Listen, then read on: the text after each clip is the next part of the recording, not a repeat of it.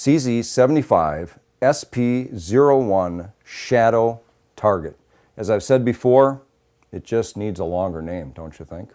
Made in the Czech Republic, Eastern Bloc country for years and years and years before the fall of the Soviet Union. And the Czechs have always been known for wanting to manufacture their own pistols and firearms in general, not satisfied with the traditional Soviet bloc type stuff. So this was designed in 1975, but it was exported only because the Soviet Union required them to use Soviet Union special issue or regular issue sidearms. So initially, this particular pistol was just for export. They also did something else that was kind of interesting. It had a number of patents that they used. This is loosely based on the John Browning design, the high power. It's significantly different, but it's loosely following the John Browning design, one of his last designs before he died. He didn't even get a chance to finish it. But when they did this pistol, they did a number of patents and then they locked them up and hid them so that nobody knew what they were. So as a result, because it was exported and because nobody was really aware of these patents, a number of knockoffs over the years have been produced in this particular pistol. So it's got kind of an interesting history. A lot of people in the US don't even know that this pistol exists, or they've heard of CZ, but they don't really know what it means. I have to admit, I was one of them. Years ago, I was at the range and I saw a pistol, wasn't really sure what it was. I asked the guy, what is that? He said, oh, it's a CZ. And I was kind of like, oh, you know, that's nice. And I didn't think much more of it. You know, I had heard of CZ, but didn't really understand what they were about. I just knew, well, it's kind of a Soviet thing. Maybe, you know, it's kind of a cheap gun or something. You know, I didn't know any better. And because it was under the Soviet bloc for so long, you couldn't get them in the US. And so the US really doesn't know about it. However, if you are into competitive shooting, you know all about CZ, because CZ's been a wildly popular target pistol, or I should say competitive pistol, for years and years. So you guys know the whole story, you're aficionados, you're fanboys, and I have to say at this point, I have to consider myself a CZ fanboy. It's taken me a long time to come around to buying this particular pistol, but I wildly love it, and I'll tell you why as we go through this whole thing. According to CZ, this is the #1 handgun for governments, military, police, and security agencies throughout the world. And again, I know that's going to come as a real surprise to a lot of people, especially Glock lovers. And you know, obviously here in the US, it's not wildly popular among law enforcement and that type of thing. But CZ aficionados know this is a very, very popular gun. There's decocker versions. There's ambidextrous safeties. There's just manual safeties with no decocker. There's the polymer version of this, which is the Phantom, which is 33% lighter. There's alloy versions of this. There are full steel versions of this, just like this one is. Some have firing pin blocks. Others don't have firing pin blocks. So a lot of different ways that you can purchase this particular firearm. And you know, that's a good thing, right? Options are always a good thing. But to be able to do all that off of one platform is pretty impressive, and have it make money for you. It does have an 18-round magazine capacity from the factory. I know that Mekgar sells replacements for these that hold 19. It is a dual action, single action pistol with a manual safety. So one of the things you can do with this is it's 1911-ish. You can carry this cocked and locked. Has a very, very smooth trigger, a very, very small reset. We'll get into some of those details a little later. But again, this has the manual thumb safety. It's only, it is on both sides, so it is an ambidextrous safety, but slide release is only on one side of the pistol. A couple of other things you can do with a CZ. They've got their CZ75, what they call their Kadet Conversion Kit. And so again, if you're a competition shooter or you just want to save some money, you can get that kit and it replaces the slide and gives you a different magazine and turns this into a 22. Now supposedly what it does is it also offers you all the same balance that you're getting on this particular pistol. So a great training bed, if you're doing competition shooting, would be that Kadet Conversion Kit. So what makes this a CZ75 SP-01 Shadow Target? Good question. You know, we talked before about all the different variations of this pistol that you can purchase. This particular one is a very high-end CZ. The CZ75 means it was built in 1975. That's the model number. That's when it was released. The SP-01 is a designation that's used, that is when they changed the grip geometry just a little bit from the original. They also put some checkering on the front and the back straps. This has been safety checked, by the way. We'll do it again just to make sure that everybody's happy out there. Again, checkering on the front and the back. There was also an advanced manufacturing technology is what CZ says. I don't know what that means. I don't know if that means that they bought their first CNC machine or what the differences are, but I would think that they're done to a tighter spec is more than likely what's happening there, but that's my personal opinion. So that's what makes it an SP-01. What makes it a Shadow is the Shadow is part of their competitive shooter series. So they actually, you can buy out of their catalog competition-ready pistols for USPSA, for IPSC, for a number of different sanctioning bodies out there. And as we talked about, it is one of the more popular pistols for competition use. Okay, so now we'll get to the special part. What makes this the target version? It comes out of Angus Hobdell's custom shop, as I mentioned before. He is a multiple world champion in competition shooting and a fabulous gunsmith. And again, he started his own company. I think it was called Ghost Custom or something like that. I forget. I'll annotate it. But and then eventually evolved into CZ Custom Shop. And so he shoots. All right, he knows what he's talking about and he knows what he wants in a pistol, and basically he took all the things that he loved about a CZ and all the modifications he made to it and makes it available to guys like me and you, or ladies like me and you, who love a high-end competition pistol. So what makes this a high-end competition pistol? Puts a fiber optic sight on the front, puts a fully adjustable target sight on the back with a serrated black finish on the back, so it won't you won't get into issues with sunlight on the back of it. And it's also machined down into the slide. So you get a very nice low profile and you're right along the axis here of the barrel. It does have what's called a competition hammer. That is a completely different geometry than the standard hammer. So it changes the entire geometry of the entire trigger setup.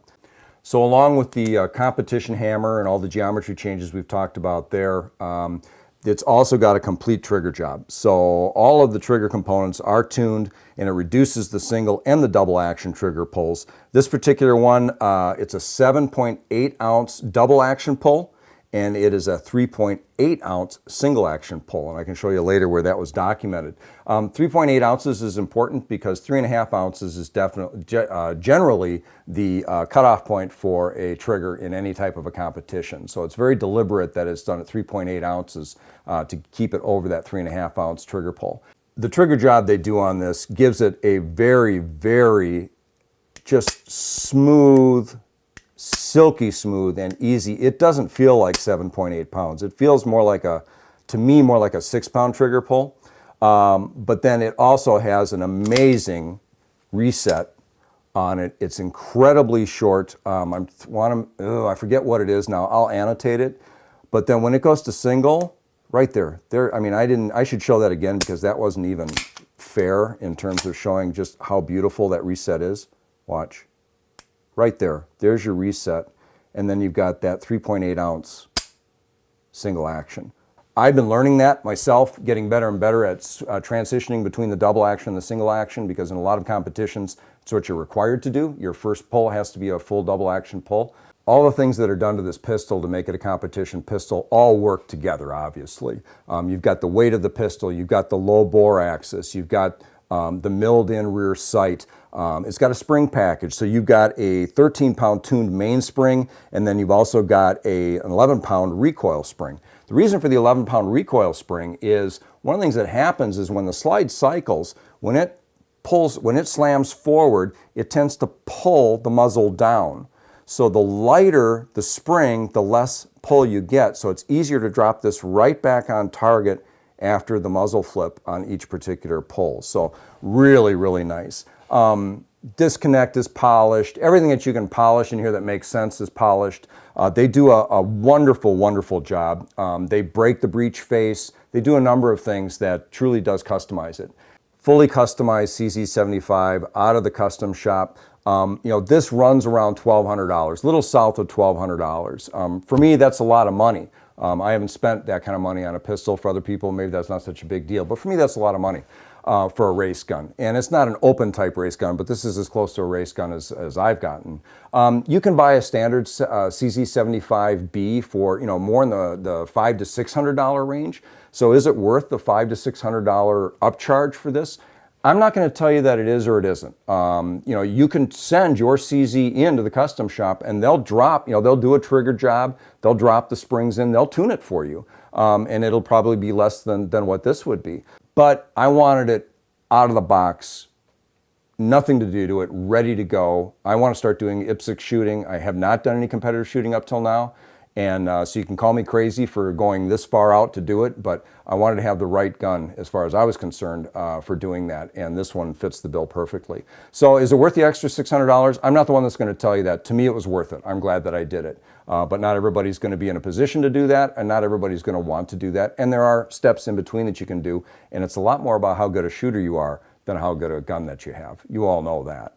So one more time, is it really worth the $600, upcharge to get this done? Well, I will tell you this. Here is the original target that came with the initial pistol, came over from CZ. They do a virtual version of it. So this is the mean, this dot right here, and then here are the groups, and this is at 25 meters, okay? So that's the group when it left the factory. When the custom shop is done with it, there's what it does. So again, it's the shooter that's much more important than the pistol.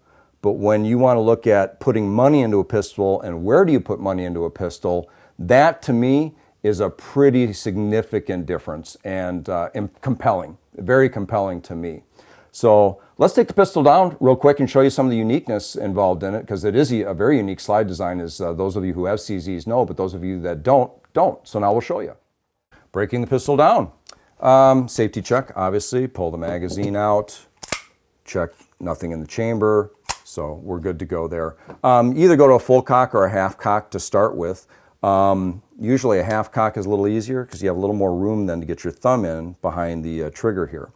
And then you'll see, and I don't know if it'll show up in the camera or not, but there's index marks right here, one on the slide and one on the frame. And you slide the frame back to where those index marks line up. When they line up, CZ actually says, take the magazine and pop that pin out. Once you pop the pin out, pull it the rest of the way out, and now you're ready to pull the slide off. This is where I'm going to point out one of the very unique things about the CZ75 design, and that is that the frame rails are inside, the slide rails I should say, are inside the frame rather than outside the frame. So when this comes apart and goes together, you'll see right here, this goes on the inside when you start putting it back together rather than the traditional outside.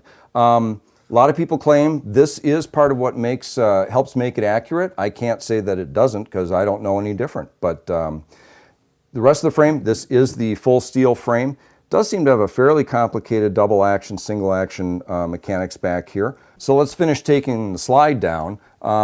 This has got, again, Angus Hobdell's shop puts a full-length stainless steel guide rod in. It does make it a little difficult to get in and out, and it's just because of that angle there, and I haven't quite gotten that figured out. I don't assume that it's an issue with the way that it's been designed, but it's possible. And then you've got locking lugs, again, John Browning, you see him all over that particular design, don't you? And a very, very clean slide. Now, there is no firing pin block on this particular model, which they also attribute to the competition readiness of this particular pistol. There's a really great interview done of Angus Hobdell, done by Nut and Fancy, and I'll annotate this here. If you get a chance to look at it, it's rather lengthy as his videos can be, but it's really, really good. And he talks about all the different things that they do to these pistols in his custom shop. And he's a big believer in that the firing pin block actually greatly affects the trigger pull and how smooth it is and all your ability to reset everything else. So he had to really lobby hard to get CZ to introduce a new pistol that doesn't have one in there. And in this day and age with all the liability, give him a lot of credit for getting that done. So again, it is a, it's a simple takedown and a very simple design, if you will. Barrel goes back in. This part, again, I'm going to tell you, this has been tough on me. And I know I'm doing something wrong. I just haven't figured it out. And if this takes too long, I will just cut away because this just does not seem to want to line up. There we go. I got it. But it will get caught in the end down here, and I have trouble getting that in there. Once it's there, it's fine, operates, great. So if I'm doing something stupid, please let me know, because it wouldn't be the first time. Back together we go. Again, slides on the inside, bring it back, line that back up again, those two indexes right there, and then just push the pin in. And you are back in business, ready to rock and roll. Time to go to the range. Boy, are we going to have some fun with this one.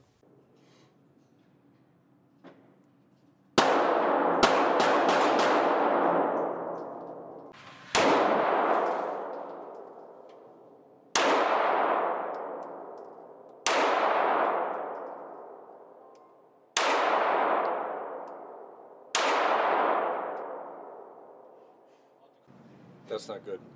I've shot better than that. We're going to have to try that one again. We're going to do a round two.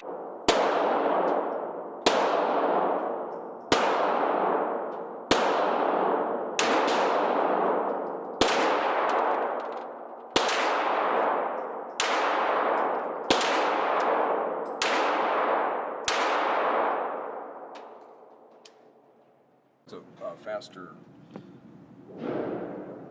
didn't take as much time on that. Still learning the reset. It's a 3.7 trigger pull. Still trying to figure out the reset, so that's my excuse. I'm sticking to it.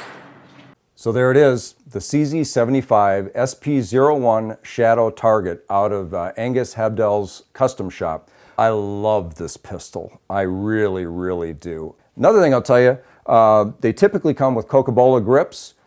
This one did not. It did say right on his website that if they run into a supply issue, they will just put the traditional black on there. I feel like I should have gotten Coca-Cola because that's what all the pictures look like, but I really do like the look of this pistol. I'm hoping I'm introducing this to some people that aren't real familiar with CZ, as I wasn't in the past, because it's always fun to discover a new handgun. Thank you for stopping by. Please leave lots of comments. I have lots to learn about CZs, and we'll see you next time.